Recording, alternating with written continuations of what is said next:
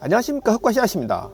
이번에는 상추 모종을 흙과 거름, 비료에 따라서 어떤 성장세를 보이는지를 비교해 보았습니다. 크게는 상토와 분갈이 흙으로 나누고 세부적으로는 거름과 유기질 비료를 추구하는 총 6가지 분류로 옮겨 심기를 해보았습니다. 종류에 따라서 성장의 속도와 형태의 변화를 체크해 보려는 목적입니다.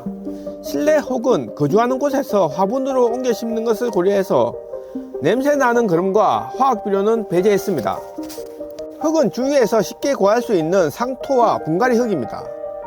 첫 번째는 분갈이 흙만으로 상추를 옮겨 심었고, 상추 모종의 종류는 유럽종 상추이고 자라는 형태는 우리나라의 꽃상추와 비슷한 것 같은데 조금 더 꼬불꼬불한 종인 듯 합니다. 두 번째는 분갈이 흙에다 거름을 추가하였습니다. 여기서 거름은 분갈이용 거름입니다. 세 번째는 분갈이 흙에 유기질 비료를 추가하였습니다.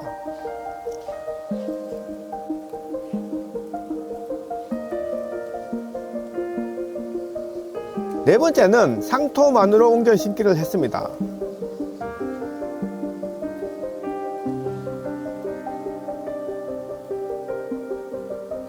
그리고 다섯 번째는 상토에 거름을 추가하였습니다.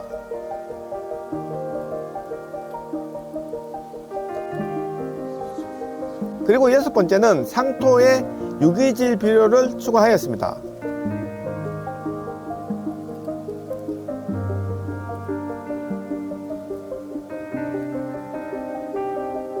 상토에서 잘 자랄지 분갈이 흙에서 잘 자랄지는 예측하기가 어려울 듯 합니다.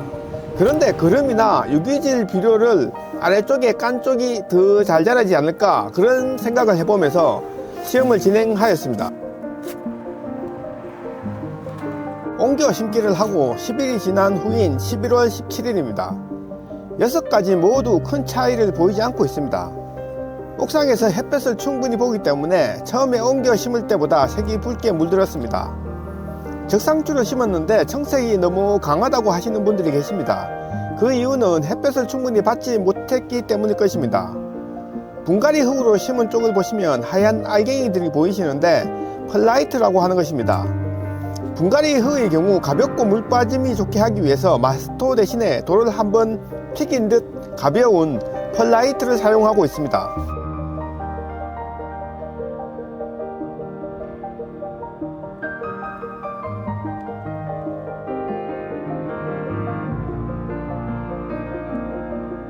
(11월 24일입니다) 옮겨 심기를 하고 17일이 지났습니다. 미세하게 분갈이 흙보다 상토로 심은 쪽이 좀 더 빨리 자라고 있는 것 같습니다. 잎의 색도 다 비슷합니다. 이걸로써 상추의 잎의 색은 흙이나 거름의 차이보다는 햇볕의 양과 관련이 있다는 생각이 듭니다. 잎의 성장을 다시 확인하기 위해서 상추 잎을 3장씩 따주었습니다. 그리고 모종을 겨울을 대비해서 하우스로 이동시켰습니다. 기본 흙인 상토냐 분갈이 흙이냐에 따라서 미세한 차이는 나지만 아래쪽 거름이나 비료의 영향은 받고 있지 않는 것 같습니다. 뿌리가 아직 거름이나 비료 쪽으로 내려가지 않았나, 이런 생각도 들기도 합니다. 아니면 11월 말이니 추워서 미생물이 거름이나 비료를 분해하지 못하는 것은 아닌가 하는 생각이 들긴 합니다. 어떤 이유 때문인지 이걸 아직 예단하기는 어려울 것 같습니다. 12월 6일 한겨울로 접어들었습니다. 화분들은 하우스에서 자라고 있습니다. 잎을 몇 장씩 수확한 지가 12일 정도 지났습니다. 하우스 안이기 때문에 그래도 잎은 성장을 하고 있습니다. 이번에는 상토나 분갈이 흙, 거름, 유기질 비료에 따른 분류에 관계없이 비슷하게 자라고 있는 것 같습니다. 처음에 예상했던 뿌리가 성장을 시작해서 거름이나 비료 쪽으로 다가가면 상추가 양분을 더 먹을 수 있기 때문에 거름이나 유기질 비료가 있는 쪽이 더욱 빨리 성장할 것이란 예측이 깨지고 있습니다. 첫 번째 수확을 하고 자라는 형태로 봐서 상토만 혹은 분갈이 흙만으로 심어도 몇 번을 수확할 수 있을 것이란 생각이 들기 시작했습니다. 조금 더 자라는 형태를 봐야 어떤 영향을 미치고 있는지 알 수 있을 것 같습니다. 12월 16일 1차 수확을 하고 22일 정도 지났습니다. 상토에 심은 상추가 분갈이 흙에 심은 상쪽보다 조금 더 빨리 자라고 있는 것 같습니다. 거름과 유기질 비료에 의한 차이는 거의 미미한 듯 합니다. 온도가 낮아서 미생물들이 거름이나 유기질 비료를 분해하고 있지 못하다는 생각이 강하게 들고 있습니다.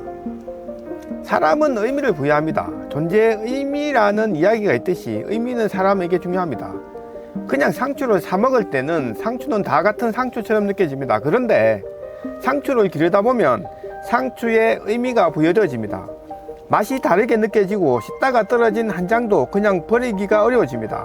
아무것도 아닌 것 같지만 오헨리의 마지막 잎새에 마지막 남은 한 장의 잎이 사람을 살리기도 합니다. 가치가 없다고 생각하면 가치가 없지만 의미로 다가오면 그게 힐링이 될 수 있다는 생각이 듭니다.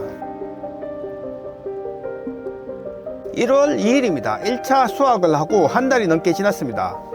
12월 20일 이후 대단한 한파가 왔었는데 하우스에서 느리지만 성장은 지속하고 있는 것 같습니다. 이번에 상토 쪽이 조금 더 성장하고 있는 듯한데 거름과 유기질에는 반응을 거의 하고 있지 않은 것 같습니다. 일반적으로 20도 이상의 온도와 거름이 충분하면 빨리 자라는데 지금 어느 정도 온도가 낮은 상황에서는 거름과 유기질 비료의 효과는 거의 없는 것 같은 상태가 지속하고 있습니다. 1월 2일 2차 수확을 했습니다. 동일한 숫자의 잎을 따고 나머지는 남겨 놓았습니다.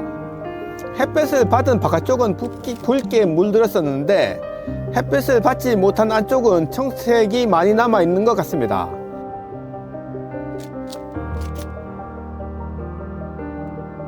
(1월 20일) 2차 수확을 하고 약 18일 정도 지난 것 같습니다.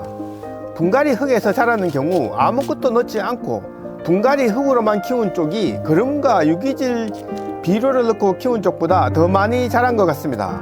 거름과 유기질 비료의 경우 미생물들이 상추 뿌리가 흡수할 수 있는 형태로 영양분을 변형시켜 줘야 하는데 날씨가 추운 관계로 미생물들이 겨울잠을 자는지 활동을 하고 있지 않은 것 같다는 생각이 듭니다. 이번 실험에서 상토와 분갈이 흙 중에서는 상토 쪽이 좀 더 빨리 성장을 하고 온도의 영향인지도 몰라도 거름이나 유기질 비료는 전혀 상추의 성장에 영향을 주지 못하고 있습니다. 분명 일정 이상의 온도에서는 거름이나 유기질 비료가 작용할 것 같다는 생각이 듭니다. 이번 시험을 하면서 느낀 것은 화분으로 키우는 경우 상토만으로 키워도 어느 정도 충분히 성장하는 것으로 보입니다. 지금 보시는 장면은 10cm 포트에 상토만을 넣고 모종을 심은 경우입니다. 상토만으로 실내에서 키워도 되지 않나 그런 생각이 듭니다. 이번에 보시는 상추는 버터헤드 상추입니다. 이 상추는 실내에서 키운 경우입니다. 흙은 역시 상토를 사용했고 아래에 비료나 거름은 전혀 넣지 않았습니다. 버터헤드 상추를 실내에서 창을 통해 들어오는 햇볕으로 키운 경우입니다. 빛이 부족한 실내에서는 적상추 계열보다 청상추 계열이 키우기가 쉽다는 생각이 듭니다. 처음 시험을 시작할 때는 비료와 거름이 성장에 어떤 영향을 줄 거였습니다. 바라던 결과는 아닌 것 같은데 모르던 내용을 알게 되어 조금 더 기쁜 마음이 들게 되었습니다. 내가 가진 생각을 너무 강하게 믿고 다른 쪽을 쳐다보지 않는다면 그게 생각의 감옥일 수 있겠구나 그런 느낌을 가지면서 마무리하고자 합니다. 감사합니다.